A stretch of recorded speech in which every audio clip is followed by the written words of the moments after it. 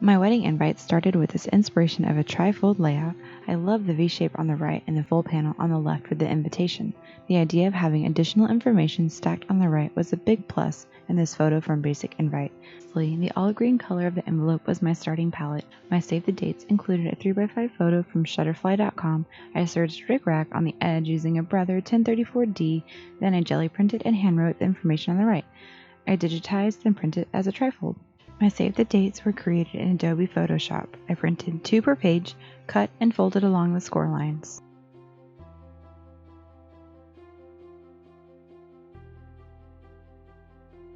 To seal the trifold, I heat embossed stickers to hold the rickrack in place, then just repeated 200 more times. Lastly, I made a return address stamp from my Silhouette mint.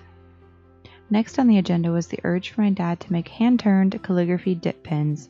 I then experimented with gold inks. Dr. Martin's gold didn't even compare to mixing with my own Pearl X and gum arabic. I would like to note, if you use Pearl X and gum arabic, you will need to seal the ink with a clear coat, so when mailed, the ink won't smear off. I used Krylon Matte Finish 1311 spray finish.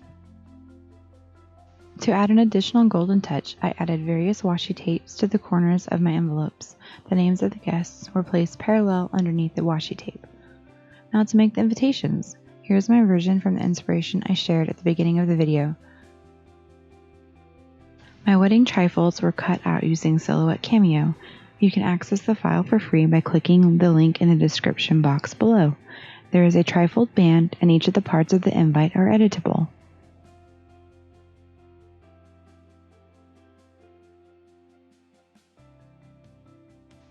Each of these cards were created in Adobe Illustrator, printed and cut to be placed in the invite. The clip art was also hand-drawn. The RSVP is pre-addressed and stamped postcard size for the guests to mail back to me. The clip art is available online. View the link in the description box below.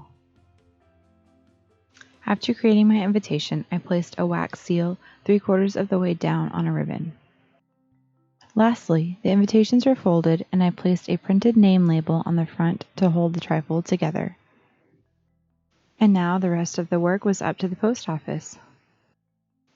Thanks for watching how I made my save the dates and invites. Let me know if you have any questions about the process.